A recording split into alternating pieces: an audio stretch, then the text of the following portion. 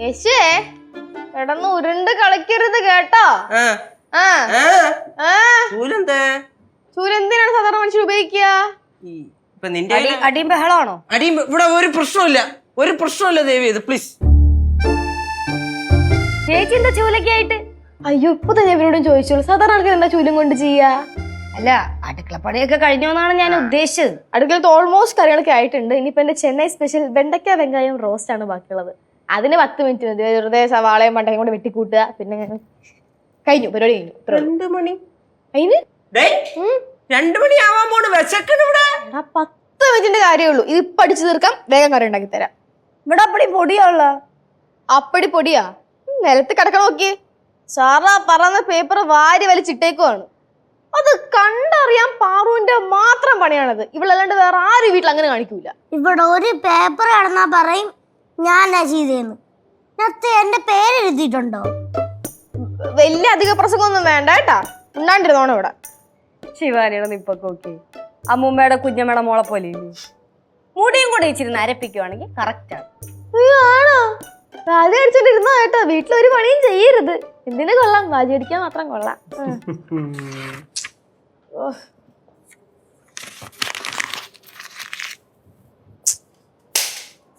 ബാക്കിലടി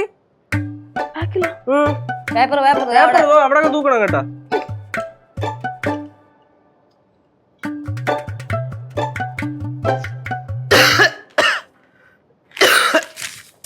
ചേച്ചി ഇനി ചെന്നൈക്ക് പോകണ്ട, അതാവുമ്പോ കനാന്റെ സഹായിക്കാലോ.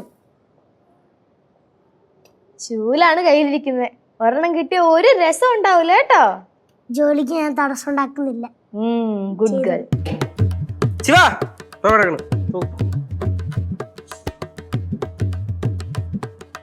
ശിവ, നീ ഉണ്ടല്ലോ കറക്റ്റ് അമ്മൂമ്മനെ പോലെയാണ്. പണിയെടുക്കാൻ തുടങ്ങിയ പിന്നെ നിന്നെ പിടിച്ചാ കിട്ടും.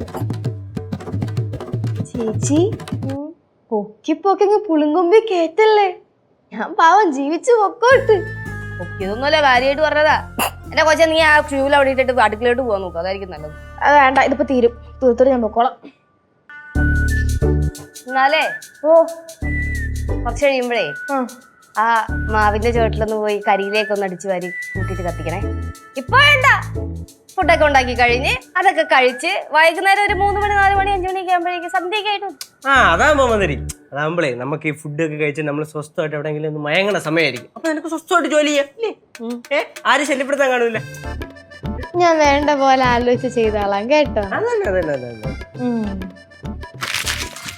ശിവ, നീ തൂക്കണുണ്ടാ? ഞാൻ അറിയാതെ ഞാൻ ചോദിക്കുകയാണ്, എന്തിനാ കിടക്കണേ? എന്തോന്നത് പേപ്പർ ഇതിവിടെ കിടപ്പുണ്ടായിരുന്നോ? ഉണ്ടായിരുന്നോ?